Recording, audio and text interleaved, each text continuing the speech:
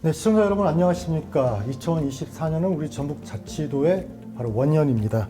우리 전북도는 이렇게 변화와 또 희망을 위해서 새롭게 열심히 분주하게 변화를 준비하고 있는데 지금의 전국은 굉장히 또 엄혹한 게 또 사실입니다. 네, 그럼에도 우리 전북도는 12월 27일 새로운 변화를 위한 특례를 실행합니다. 이름만 바뀐 게 아니라 어떤 의미를 가지고 있는지 전북특별자치도 김관영 지사 모시고 이야기 나눠보도록 하겠습니다. 지사님 안녕하십니까? 네, 안녕하세요. 네, 먼저 우리 반갑습니다. 시청자분들에게 인사 부탁드립니다. 네, 전북 도민 여러분 또 SK 브로드밴드 시청자 여러분 반갑습니다. 오늘 TV를 통해서 여러분들을 뵙게 됐습니다. 올 한 해를 정말 바쁘게 지내왔는데 우리 도민들께서 한 해 잘 마무리하시고 또 내년을 잘 준비하게 부탁드리겠습니다. 네. 제가 서두에 이제 굉장히 엄혹한 네. 전국과 시국이다라는 말씀을 드렸는데 그 리더의 역할 또 새롭게 생각해 볼 또 시기인 것 같아요. 어떻습니까? 어떤 리더가 필요하다고 보십니까? 네, 지금 전국이 좀 저는 굉장히 네. 엄혹하다는 표현들을 많이 하잖아요. 네. 지금은 좀 단단하게 대한민국을 통합으로 이끌 그런 통합의 리더십이 꼭 필요하지 않나 싶고 우리 전북으로 보면 전북은 좀 끊임없이 도전하면서 네. 성과를 내는 리더십이 좀 필요하지 않을까 이렇게 싶습니다. 우리 뭐 지사님께서 항상 좋아하시는 말씀 중에 하나가 도전 경성이지 네. 않겠습니까? 그런 것처럼 이 전북에도 특별한 일들이 올해 참 많았어요. 네. 네, 뭐 12월 27일부터는 특별자치도법이 시행이 되는데 도약하고 성장한 어떤 그 전환점을 눈앞에 두고도 있지만 어떻게 보면 독립적인 지방 정부로서 어떤 판단에 시험대에 오르는 경우도 될 수 있다고 보고 있거든요. 어떨까요? 맞습니다. 전북 특별자치도가 올 1월 18일에 출범했고 저희가 131개 조문, 333개의 특례를 받아서 그 중에서 과제로 앞으로 우리가 추진해야 될 정책 과제로 75개를 출연했거든요. 그럼 이 75개의 과제를 어떤 계획부터 세우고 어떤 거는 조례도 만들고 어떤 거는 실제로 실행이 되고 이렇게 해야 되기 때문에 이 75개의 과제가 제대로 우리 도에 정착이 돼서 우리 도민들의 피부에 도움이 되는 방향으로 특별자치도가 이루어져야 되기 때문에 이 부분을 지금 가장 크게 신경을 쓰고 있고요. 지금 75개 과제 중에 이번 12월 27일부로 그 중에 75개 중에 49개의 과제가 이제 효과가 발휘가 됩니다. 아, 발의가 되는 거예요, 그때부터. 네네네. 이제 효과가 시작이 되는 네. 거죠. 그리고 14개의 특구 중에 저희가 올해 안에는 고용특구, 또 새해 1월에는 농생명산업특구와 산림친화특구 이 두 개의 특구를 만들고 곧이어서 계속 내년, 내후년까지 잇따라서 특구를 지정하려고 생각하고 있기 때문에 저는 이제 이런 것들이 정상적으로 만약에 진행이 된다고 하면 우리 도가 그동안 가보지 않은 그런 새로운 세계를 가면서 조금씩 변화의 속도가 좀 빨라지지 않을까 이렇게 기대합니다.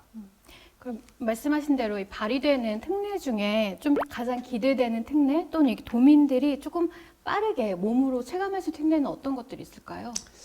먼저 말씀드리고 싶은 농생명산업진흥지구 특례를 좀 말씀드리고 싶어요. 과거에는 농업진흥지구를 용도를 바꾸거나 해제하려면 전부 일일이 농림부 장관에게 신청을 하고 허가를 받아야 됐거든요.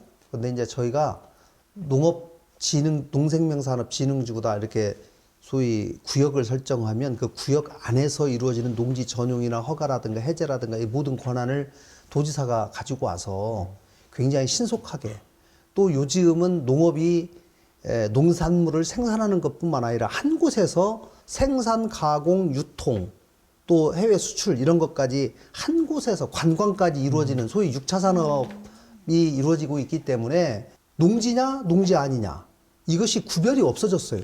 한 곳에서 같은 곳에서 이루어지기 때문에 이제 이런 것을 미래 산업을 염두에 두고 우리가 농생명산업진흥지구를 지정하고 좀 발빠르게 대응하자라고 해서 지금 저희가 이제 14개 시군으로부터 우리가 신청을 받았어요. 네. 농생명 산업지구를 한번 추진해보고 싶은 시군들은 신청하십시오. 그래서 저희에게 약 20여 건이 신청이 됐고, 그 중에 저희가 7개를 농생명 산업지구를 먼저 선도지역으로 지정해서 좀 먼저 발빠르게 한번 나가보려고 생각합니다. 그게 하나가 있고, 또 하나는 이 산악관광특구, 이 부분도 우리 도에 있는 산악관광 자원을 최대한 활용해서 그동안 환경 영향 평가 때문에 넘지 못했던 산악관광에 관한 개발 행위를 이제는 산악관광 지구로 지정을 하면 그 안에서의 개발 행위에 관한 권한을 도지사가 가지고 왔기 때문에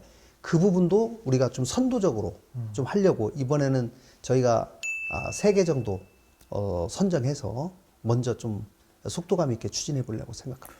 이게 질문이 주목될 수도 있는 거긴 한데 네. 제가 질문 드리려고 했던 거는 이제 어떤 성과들, 특례 시행을 기대를 했던 것들의 성과. 네. 그러면 이게 같은 말이겠네요. 그러면 체감을 할 수 있는 것들이. 그러니까 저는 뭐가 바뀌냐 도대체 맞아요. 라고 했을 때 네. 우리가 농생명 산업특구라는 것을 제도를 도입해서 우리 도에 지금 7개 시군에서 내년 초에 시작을 합니다.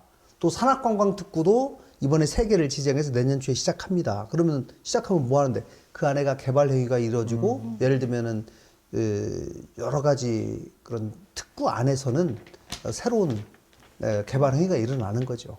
그러니까 시민들 입장에서는 그 위에서 일어나는 정책들이 자기들한테 성과로 체감되는 게 굉장히 힘들잖아요. 사실은 그러니까 이제 시간이 이제 필요한 조금 부분이죠. 필요하죠.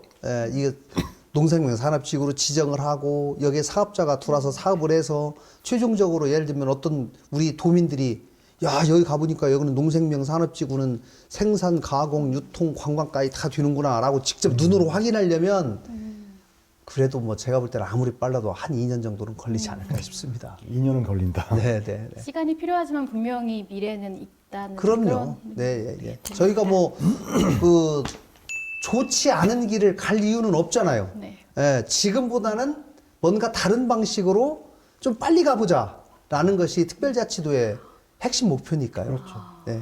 그렇다면 이제 특례 시행과 어떤 성과의 체감, 이와 별도로 기업 유치에 굉장히 또 공을 들이고 계시거든요. 네. 그 이유는 또 분명히 있으시죠. 기업 유치를 제가 가장 신경을 많이 쓰는 것은 결국 인구 소멸 위기를 극복하는데 핵심이 우리 청년들이 연간 8,000명에서 10,000명씩 떠나거든요. 일자리를 찾아서. 그럼 그 사람들이 우리 지역에서 대학교를 나왔는데 일자리를 찾아서 밖으로 나간다 이거예요. 그러면 우리 지역에 그 사람들을 눈높이에 맞는 쓸만한 괜찮은 일자리가 없다는 얘기이기 때문에 제가 대기업부터 중견기업부터 이런 기업들을 골고루 유치를 많이 해야지 일자리가 생기고 우리 청년들이 떠나는 그 속도를 줄일 수 있기 때문에 이제 지역이 살기 위한 가장 저는 핵심적인 결국에는 요소다. 기업 유치라는 게. 올해 어떤 성과들이 있었습니까? 이제 작년 제가 민선 7, 지금 8기 들어와가지고 지금 2년 반 동안 약 14조 원 정도의 투자 유치 약정을 했는데 지금 이 사람들이 약정하고 실제로 공장 지어서 가동하는데 또 여기도 아무리 빨라도 한 2년이 걸려요. 그러니까 지금 당장 취직할 자리가 바로 생기는 건 아닌 거죠. 시간이 좀 걸리지만 분명히 약정을 했고 지금 새만금 같은 경우는 저희가 땅이 없어서 더 이상 분양을 못한 지가 지금 1년이 됐거든요. 네. 그렇기 때문에 만약에 그 전에 약정을 했는데 투자를 안 하고 있어요. 근데 어떤 사람이 급하게 나는 바로 투자하겠다 하는 사람이 있으면 그 투자자도 좀 바꿔가지고 바로 투자할 수 있는 데를 우선적으로 좀 바꿔가지고 그렇게도 지금 하고 있어서 뭐 저는 조만간에 그런 대기업 유치로 인한 일자리 증가 효과가 분명히 나타날 것이다 생각하고 그 외에 저희가 지금 이미 도내에 존재하고 있는 중소기업들의 생산성을 높이기 위한 전북형 삼성 스마트 팩토리 그 개선 사업을 저희가 하면서 매년 70개 기업을 삼성전자에서 30년 이상 근무한 경험이 있는 엔지니어, 멘토들이 우리 전북에서 주는 월급을 받으면서 또 전북에 있는 기업들만을 70개씩 지금 서비스하고 있거든요. 저는 이것이 앞으로 한 3년 내지 5년만 간다면 우리 전북에 있는 기업들의 경쟁력을 굉장히 높이는데 저는 크게 기여할 거라고 저는 생각합니다. 그럼 기업들이 이렇게 전북으로 오게 하는 비결, 그 이유 이런 것들도 좀 있을까요? 제가 2년 반 동안 정말 기업 유치를 위해서 서울에 가서 많은 기업인들을 만나봤는데 전국에 대한민국에 있는 모든 지자체가 기업을 유치하기 위해서 다 애를 써요. 그런데 기업 유치 시의 인센티브, 소위 지원금 이거는 별로 차이가 없어요. 크게 차이가 없어서 결국은 기업들을 편하게 해주는 행정 그리고 아주 신속한 행정 이런 기업 프렌들리한 행정을 어떻게 성심성의를 가지고 하느냐 이거를 기업인들이 많이 보는 것 같아요. 근데 제가 도지사 되고 나서 맨 처음 한 건 조직 개편 통해서 창업 지원과를 만들었고 기업 유치를 위한 과, 기업 애로를 해소하기 위한 애로 해소 지원과 이런 조직들을 만들면서 또 공무원 500명을 기업 500개하고 1대1로 매칭을 해서 애로를 해소해주는 프로그램. 지금 500개에서 지금 늘어서 지금 2,800개를 하고 있거든요. 지금은. 그만큼 공무원 숫자가 되나요? 저희 처음에는 도청에 있는 공무원 500명만 하다가 네네. 이 기업인들이 반응이 너무 좋아요. 그래서 제가 시장 군수님들께 시군에 있는 공무원들도 같이 합시다. 이렇게 해서 시군에 있는 공무원들도 우리 전북에 있는 기업들은 어딘가에 시군에 다 들어가 있어요. 그렇기 때문에 시군에 있는 오히려 공무원들이 더 접촉면이 빠르죠. 네. 예, 그래서 도청 공무원 500명, 나머지 시군에 있는 공무원 2,300명. 그래서 지금 2,800명의 공무원이 2,800개의 기업을 1대1로 마크를 하면서 일주일에 한 번씩 전화하고 한 달에 한 번씩 현장에 방문하자. 이걸 원칙으로 하면서 기업 애로를 해서 지원하고 있는데 이게 굉장히 센세이션을 일으키고 있어요. 네. 이것이 평가를 받아서 대한민국에서 가장 기업하기 좋은 도시 저희가 브랜드 대상을 받았거든요. 네. 그래서 아마 이런 것들이 이제 조금씩 기업인들에게 알려지고 있는 것 같아요. 그러니까 이렇게 기업 유치 또 성장에 올인을 하는 거는 아까도 뭐 인구와 관련 이야기 네. 하셨겠지만 네, 결국은 인구 절벽, 지역 소멸을 막기 위한 거지 않겠습니까? 맞습니다. 근데 거기에서 또 분산시켜서 보면 최근에 또 저출생 정책을 또 내놓으셨거든요. 네네. 전북만에 특화된 저출생 정책이 있나? 이게 그렇지 않다라는 또 비판도 있었단 말이에요, 솔직히. 저희가 이제 이 정책을 내놓기가 참 쉽지 않아요. 그렇죠. 저희가 중앙정부의 정책뿐만 아니라 16개의 다른 시도의 정책들을 전부 분석해서 그 중에서 그래도 상당한 효과를 발휘하고 있는 정책들을 우리 지역에 맞게 좀 변형해서 해야 되기 때문에 쉽지 않지만 저희가 우리나라에 있는 모든 출산 정책을 망라해서 분석했다. 네. 그리고 나서 내놓은 정책이다. 가장 이번에 핵심으로 내놓은 정책은 반할주택 500채를 지어서 일단은 임대료를 반값에 네.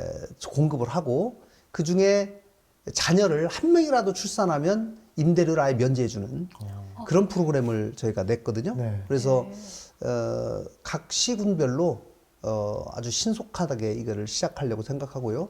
그리고 애를 낳고 싶지만 낳을 수 없는 소위 난임 네네. 가구 이 난임 지원 정책을 그동안은 소득 제한이 있어요. 있었어요. 네. 그리고 나이 제한이 있고 횟수 제한이 있고 근데 이거를 전북에서는 다 풀자. 네. 그래서 나이, 소득 관계없이 횟수에 관계없이 무제한으로 하자. 그리고 난임 치료 방법이라는 것이 양의적인 방법도 있지만 한의적인 방법도 같이 보강을 하자. 네. 그래서 대한민국에서 유일하게 한의사를 동원한 어. 난임 치료도 원하면 또 이렇게 할 수 있도록 저희가 재정 마련도 굉장히 고민을 하실 수밖에 없을 것 같은데 그러려면.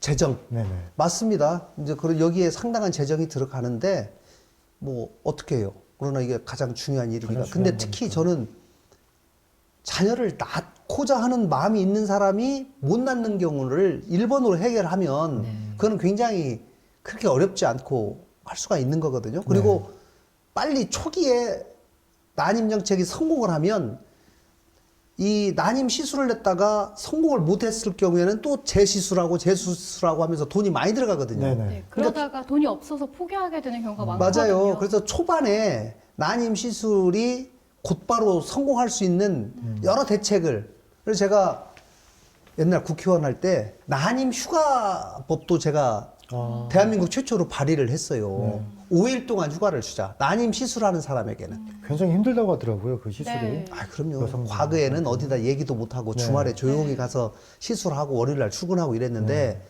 시술한 사람을 일주일 정도 휴가를 주고 충분하게 쉬게 해주면 성공 가능성이 훨씬 높아져요.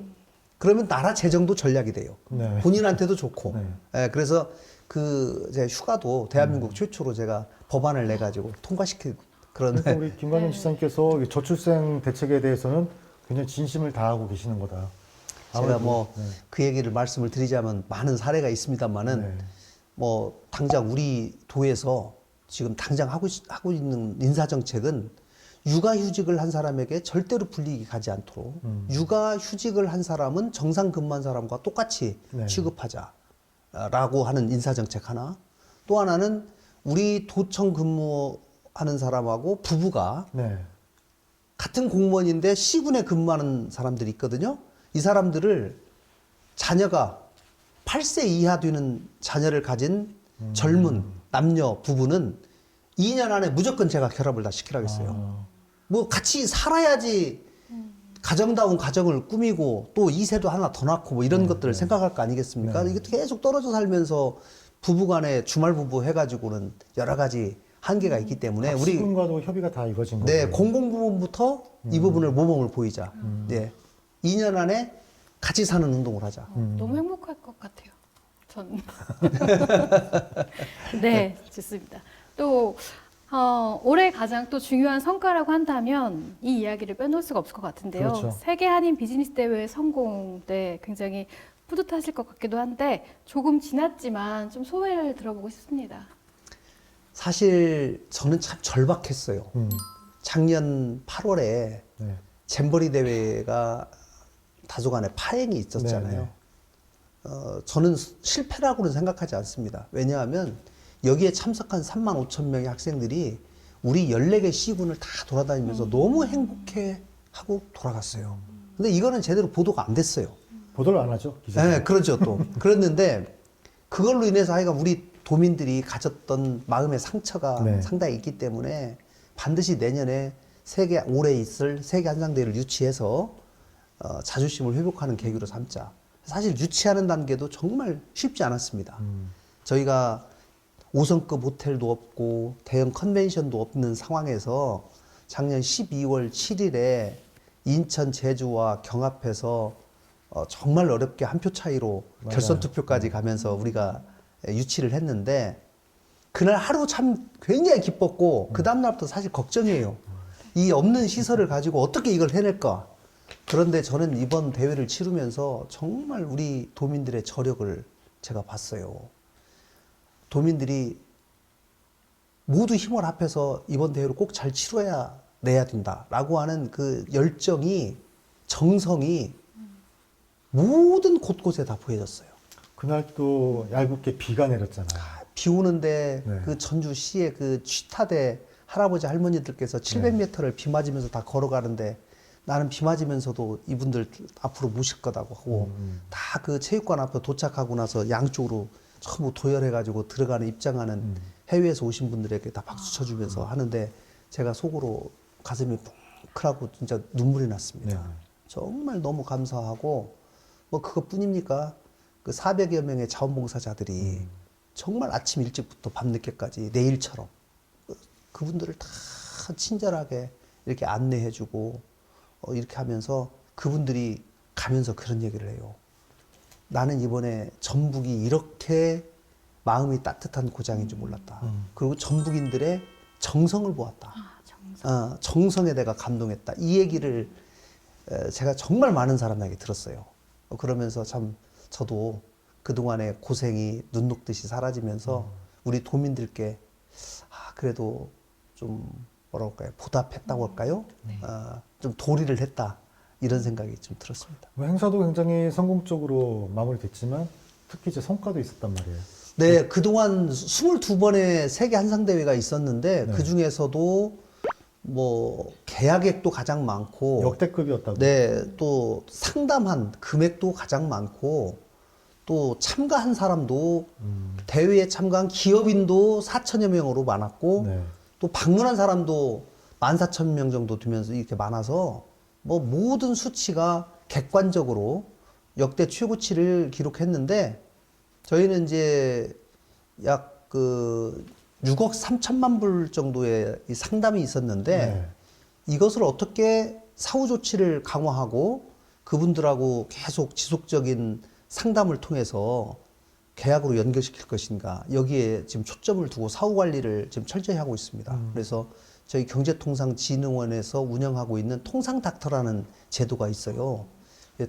해외에 수출하고 있는 사람들을 우리나라에서 통상 경험이 있는 30년 이상이 된 아주 전문가들을 그분들에게 1대1로 붙여가지고 계속 상담하면서 이 관리해주는 프로그램이 있는데 이번에 한상대회에 참여한 전북의 기업들을 전부 그 통상 닥터들이 전부 지금 마크를 해가지고 지금 사후 관리를 하고 있습니다. 그게 뭐 어떻게 보면 실질적인 성과를 위한 지금 전라북도의 노력이라고 보면 되겠네요. 그래서 이제 지금 한상대회가 끝난 지가 한 달 조금 더 지났는데요. 지나고 나서 뭐 샘플 보내고 테스트하고 뭐 이런 얘기들이 지금 계속 저한테도 들려와요. 그래서 저는 조만간에 한 6개월 이내에 또 상당히 큰 규모의 그런 계약들이 성과가 일어나지 않을까 기대하고 있습니다. 네, 이렇게 세계 한인 비즈니스 대회를 성공적으로 마치셨잖아요. 네.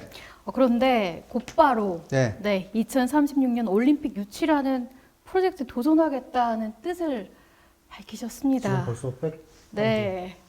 저희가 이제 밝힌 것은 한상대회를 성공적으로 마치고 난 다음에 도민들께 공개를 한 것이고 네. 저희가 준비는 작년 사실 6월부터 했어요. 아, 6월부터 해서 사실은 제가 작년에 잼버리 대회 멋지게 치르고 9월 달에 올림픽 유치 선언을 하고 네.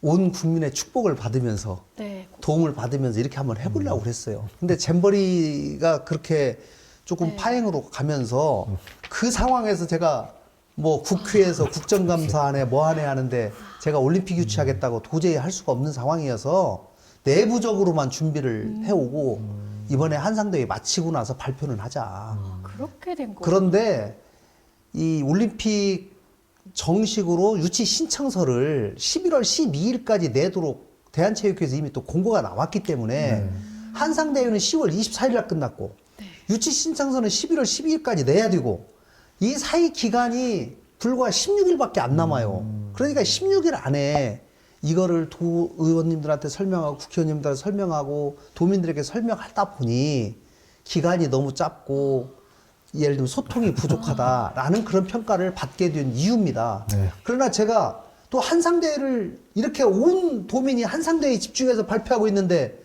이 와중에 올림픽 합시다. 이렇게 할 수가 없잖아요. 네. 그래서 올림픽 준비를 또 한쪽에서 하고 열심히 있고. 하고 발표는 한상대회 끝나고 하자. 지금 이제 제가 이렇게 드릴 된 거죠. 질문에 대한 네. 답도 나왔는데 네. 전 또 여기에다 한 가지 더 곁들이고 싶은 게 네. 그 도민들 자체도 약간 열패감이 조금 있어요. 네, 네, 네. 과연 이 유치를 성공할 수 있을까? 네. 유치에 성공했더라면 네. 한다면 네. 과연 우리가 이걸 제대로 치를 수 있을까? 네. 또 이런 마음들도 가지고 계시거든요. 저는 제가 전주 올림픽을 해야 되겠다라고 마음을 먹은 이유는 1988년 서울 올림픽을 치를 당시에 서울 전체의 GDP보다 지금 전북의 GDP가 2배가 많습니다. 우리가 역량이 충분해요. 그리고 IOC가 정책을 바꿨어요. 과거에는 도시에서 한 도시에서만 경기를 다 치러야 되는데 그러다 보니까 경기장을 많이 져야 돼요. 그러니까 돈이 많이 들어가고 적자가 많이 나니까 신청하는 도시가 없어요.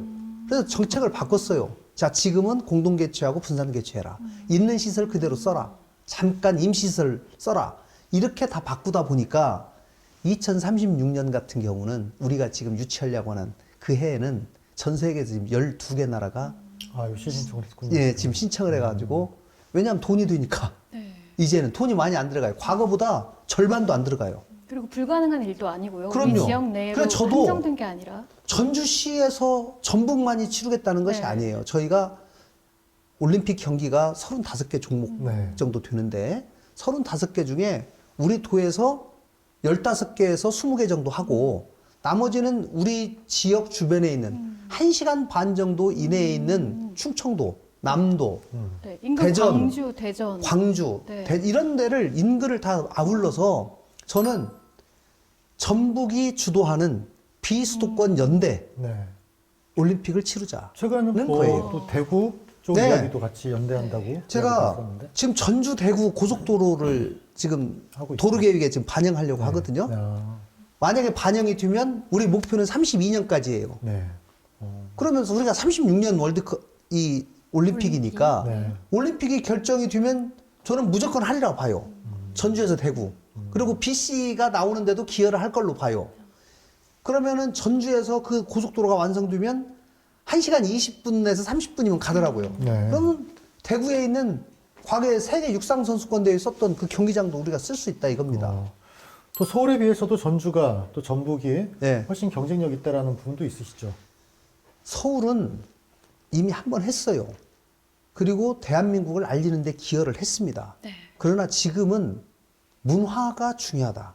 그리고 지금 K컬처가 전 세계에서 차지하는 전 세계 사람들의 머릿속에 자리 잡고 있는 K컬처의 위상을 2036년이 되면 다시 한번 조명을 하면서 온전히 한국을 제대로 느낄 수 있는 기회를 한번 전주에서 마련해보자. 전주가 중심이 되어서. 그리고 소위 한국의 전통 문화의 가장 본산, 가장 잘 보존되어 있다라고 인정받고 있는 전주가 한식, 한옥, 한복, 판소리, 한지, 그 다음에 우리 전북이 가지고 있는 유네스코 세계 무형문화유산 이런 것들을 전체적으로 아우른다면 전 세계인들을 저는 감동시킬 수 있는 올림픽이 충분히 가능하다. 그리고 수도권에서 과거에 했으니까 네. 이번에는 지방이 한번 해서 지방이 중심이 되는 전주가 중심이 되는 지방 도시들 간의 연대 올림픽을 한번 하는 것도 대한민국 균형 발전에 꼭 필요하다. 상징적인 의미가 있다고 저는 생각합니다. 저는 그래서 그 K컬처의 본향이 전북이기 때문에 2036년에 네. 올림픽을 해야 된다라는 네. 말씀을 하셨을 때 네. 과연 2036년까지 K컬처가 갈 것이냐라는 의문을 가졌는데 네. 나중에 말씀을 하시더라고요. 그때 당시에 그 부흥을 네. 기억하는 네. 또 대세계는 조명하는 네. 그런 기회를 만들어 보자라고 이야기하셨던 저는 게 지금 전략적이셨던 것 같아요. 지금의 K컬처가 지금 굉장히 세계로 막 뻗어나가고 있지 않습니까? 그러면 저는 이 뻗어나가는 속도가 뭐 어떨 때는 빠르게 어떨 때는 좀씩 잠시 멈추고 속도를 느리게 할 수도 있지만 지금보다 훨씬 더 광범위하게 전 세계에 퍼질 거라고 봅니다. 그리고 작년에 우리 잼버리에 왔던 사람들 네네. 아, 3만 5천 명이 저는 정말 좋은 기억 가지고 다 돌아왔어요. 그리고 K컬처를 마지막에 상암운동장에서 다 보고 갔어요. 네, 그랬죠. 2036년이 되면 이 사람들이 제대로 일할 12년 후에 청년이 됩니다. 네. 거기다 온 사람들의 평균 나이가 17세거든요. 아, 그래요. 네. 17세, 17세 13 플러스 하면 30세가 돼요. 네. 네. 그래서 그분들에게 다시 한번 어게인 전북 전략이 좋으신데요. 우리가 이미 3만 5천 명의 전 세계에 자원이 있어요. 씨앗을 뿌려놨네요. 네, 씨앗을 뿌린 거예요. 네. 자, 그렇게 씨가 뿌려졌어요. 전 세계에 3만 5천 명이. 네. 네. 반드시 될 것이라고 믿고 계시는 거죠. 꼭 해야죠. 꼭 해야죠. 네. 자, 그렇다면 이것도 굉장히 예민한 네. 사안이에요. 네. 전북 발전 위해서는 진짜 저는 개인적으로는 남들이 저한테 뭐라고 한다 하더라도 전주한테 통한 문제는 이거는 이제 걸러서는 안 될 문제이거든요. 굉장히 열심히 지금 추진을 하고는 있지만 산적한 과제들이 많고 그러니까 방해라고 맞아요. 해야 되나요? 어떻게 해야 될까요, 이 부분은? 이번 지금 3번 실패했어요. 이번이 4번째입니다. 근데 과거 3번과 이번이 다른 거는 이번은 완주 국민들이 신청을 했어요. 네. 사인을 해서. 네네. 우리 스스로 통합을 해야 되겠습니다. 라고 신청을 해서 도지사한테 서명부를 가지고 오니 네. 도지사는 그 법적인 절차에 따라 지금 가고 있는 거예요. 저는 완주 국민들 스스로 사인을 해서 물론 반대하시는 분들도 계시지만 찬성하시는 분들이 스스로 자기들끼리 자생단체를 만들어서 여기까지 끌고 온 것 자체가 이번은 의미가 있다고 생각하고 이분들이 최근에 반대하는 사람들을 우리가 설득하기 위해서는 앞으로 전주 완주 통합이 되면 우리 완주 지역을 이렇게 바꿔주십시오 라고 하는 과제를 네. 107개를 선정해서 네. 이거를 지금 전주시에다 던졌어요. 그럼 전주시가 이제 또 받아야죠. 돈을 내야 될 사람들은 전주시니까 네. 전주시가 예를 들면 이제 거기에 뭐 통합청사도 완주군으로 옮겨줘라. 뭐 농수산물 도매시장도 완주로 옮겨줘라. 이렇게 하는 거니까 그러면 이제 전주시도 중요한 결정을 해줘야 되는 거니까 그렇죠. 네. 지금 전주시에서 의회하고 집행부에서 열심히 검토하고 있는 걸로 알고 있습니다. 그러면 뭐 저는 107개를 던졌으니 그 중에 일부는 좋다, 하겠다. 일부는 당장은 못하지만 차차차차 논의해보자. 이제 이렇게 몇 가지 과제가 나눠질 그렇죠. 거라고 네. 봐요. 그래서 서로 협상이 되고 왔다 갔다 하면 완주에 대한 비전은 분명히 나올 것이다. 비전이라고 해서 가지고 왔는데 네. 완주 국민들이 보기에 부족해요. 이거 가지고는 안 되겠어. 지금 있는 그대로의 모습이 좋아. 그럼 부결시키면 되는 거예요. 나빠질 게 뭐가 있습니까? 네. 그런데 안을 냈는데 야 이거는 이 정도까지 우리 완주를 생각하고 있는데 이걸 우리가 걷어차면 이거는 도저히 안 되겠다. 이번 기회에 이거는 해야 되겠다. 라고 생각하면 그분들이 하면 되는 거예요. 네. 그래서 완주 국민들 입장에서는 나오는 전주와 우리 도가 내는 안을 보고 야 이거 이 정도면 우리가 할만하다라고 하면 차분하게 보고 나서 판단해서 찬성으로 가면 되는 것이고 이건 도저히 아직 부족합니다라고 하면 부결하면 되는 거예요. 저는 찬성하건 부결하건 완주 국민들이 결정한 문제고 차분하게 이 문제를 대하고 서로 열린 마음으로 토론하고 정확한 정보 위에 판단할 수 있도록 하는 것이 중요하다라고 보는 거예요. 말씀하신 거 정확한 정보가 굉장히 소통이 안 되는 것도 현실인 것 같기도 하고. 예. 서로 뭐 솔직히 말하면 뭐 상대방으로 알려지는 것들을 서로 브로킹도 하고 아무래도 자기한테 유리하게 해석도 하고 싶고 그러겠죠. 그러나 조금만 냉정하게 생각해 본다면 완주 국민들 입장에서 그러면 당신들이 통합 이후에 완주군에 줄 수 있는 거 전부 다 내놔봐라. 내놔가지고 야 이 정도면은 우리가 해야 하는 거 아니냐.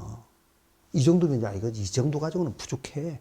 이거를 완주 국민들이 냉정하게 평가해서 저는 결정하면 된다고 봅니다. 결국 전전주 통합도 지역 소멸을 막기 위한 하나의 어떤 방파제 역할을. 그럼요. 그리고 완주군 입장에서 보면 완주군이 지금보다 통합해서 더 나아져야지 완주군민들이 찬성하지 않겠습니까? 그렇죠. 그러니까 거기에 대한 비전을 전주시나 전북도에서 비전을 제시해야 된다고 보는 것이고요.